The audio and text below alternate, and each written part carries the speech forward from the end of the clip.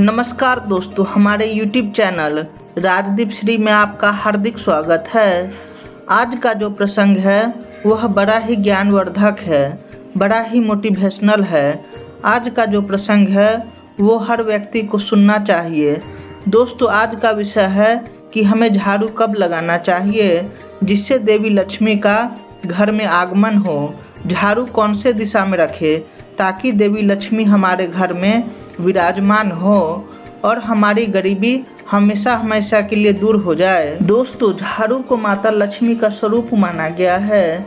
झाड़ू हमारे घर से गंदगी भगाती है, इससे हमारे घर पर नकारात्मक ऊर्जा का प्रभाव नहीं पड़ता। जिस घर में झाड़ू का अपमान होता है उस घर से देवी लक्ष्मी रूठ कर चली जाती है। हमारे घर में झाड़ू की वजह से लक्ष्मी का आगमन होता है। दोस्तों, आपके भाग्य उदय होने का संकेत भी झाड़ू में छुपा हुआ होता है। जो लोग झाड़ू के इन संकेतों को समझ जाते हैं उस लोगों का भाग्य उदय जल्द ही हो जाता है। आपने बहुत से वीडियो झाड़ू के बारे में देखे होंगे या न्यूज़पेपर में पढ़ा होगा, लेकिन हम जो जानकारी देंगे वह जानकारी सही और शास्त्रों के आधार पर है। आपको उपाय बता रहे हैं, आप उस पर जरूर अमल करें ताकि आपका भाग्य उदय हो, आपका नसीब बदले। इससे पहले जो हमारे चैनल को सब्सक्राइब नहीं किया, सबसे पहले हमारे चैनल को सब्सक्राइब कर कमेंट में जय माँ लक्ष्मी लिख दे। तो शुरू करते हैं आज के झाड़ू की कहानी को। इस कहानी को ध्यान से सुनिएगा, क्योंकि जो लोग आज तक गरीबी में अपना जीवन व्यतीत कर रहे हैं, जिन लोगों का कभी भाग्य उदय नहीं हुआ, ऐसे लोग इस वीडियो को अंत तक देखें ताकि पूरी जानकारी आपको प्राप्त हो। तो शुरू करते हैं आज के इस वीडियो को। एक नगर में दो बहनें रहा करती थी। उन दोनों का विवाह हो गया।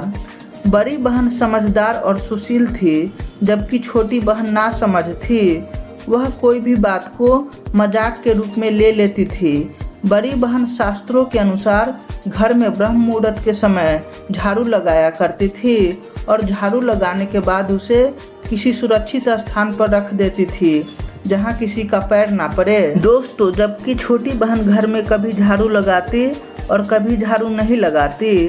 शास्त्रों के अनुसार शाम को झाड़ू नहीं लगाने चाहिए, जबकि छोटी बहन शाम को भी झाड़ू लगा देती, झाड़ू को कहीं भी फेंक देती। इससे आने जाने वालों के पांव झाड़ू पर पड़ जाते। वह लक्ष्मी माता का हमेशा अपमान करती। बड़ी बहन हमेशा ब्रह्म मुहूर्त में उठकर झाड़ू लगाती थी। वह घर को साफ सुथरा रखती थी। बड़ी बहन स्नान के बाद घर में खाना पकाती थी। इस कारण देवी लक्ष्मी बड़ी बहन पर खुश होकर उसके घर में अन्न धन के भंडार भर दिए। बड़ी बहन करोड़पति बन गई, जबकि छोटी बहन झाड़ू का कभी कदर नहीं करती। वह हमेशा झाड़ू को पांव से कुचल देती। वह झाड़ू का हमेशा अपमान करती थी। इस कारण छोटी बहन धीरे धीरे गरीब हो गई। उसके घर में दुख कलेश उत्पन्न हो गए। उसके घर से लक्ष्मी रूठ कर चली गई। एक दिन ऐसा भी आया कि उसके घर में खाने को दाने भी नहीं रहे। वह अत्यंत परेशान हो जाती है। उसके कोई भी रिश्तेदार उसकी मदद करने को तैयार नहीं होते हैं, क्योंकि गरीब आदमी की कोई भी मदद नहीं करता। समाज में हमेशा पैसों वालों की हर कोई मदद करता है। इस तरह छोटी बहन अपने पति को कहती है, हम दाने दाने को मोहताज हो गए हैं, इससे अच्छा हमारा मर जाना ही उचित होगा। और उसके बाद दोनों पति पत्नी आत्महत्या के लिए जाते हैं कि उसी समय उसकी बड़ी बहन आ जाती है।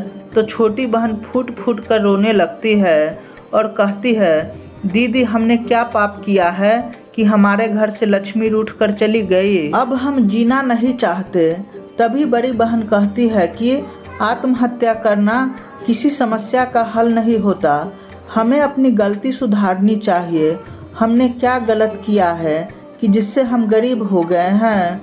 उसी समय छोटी बहन बड़ी बहन को अपने घर दिखाती है जहां गंदगी मची रहती है। झाड़ू भी इधर उधर फेंका रहता है।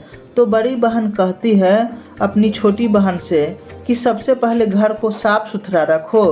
घर में झाड़ू किसी सुरक्षित स्थान पर रखो जहां किसी का पैर ना पड़ सके।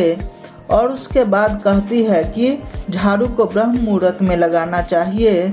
सूर्यास्त के बाद झाड़ू नहीं लगाने चाहिए, क्योंकि झाड़ू माँ लक्ष्मी का स्वरूप माना गया है। दोस्तों, छोटी बहन अपनी बड़ी बहन के नियमों का पालन करती है। कुछ ही समय में उसके भी घर लक्ष्मी का आगमन हो जाता है, उसके घर भी अन्न धन से भर जाते हैं। तो दोस्तों, हमें इस कहानी से यह शिक्षा मिलती है कि झाड़ू माँ लक्ष्मी का स्वरूप होता है। हमें कभी भी झाड़ू का अपमान नहीं करना चाहिए। अगर आप भी ऐसी गलती करते हैं तो इस विषय पर ज़रूर अमल करें। आज के लिए इतना ही। जय माँ कामाख्या।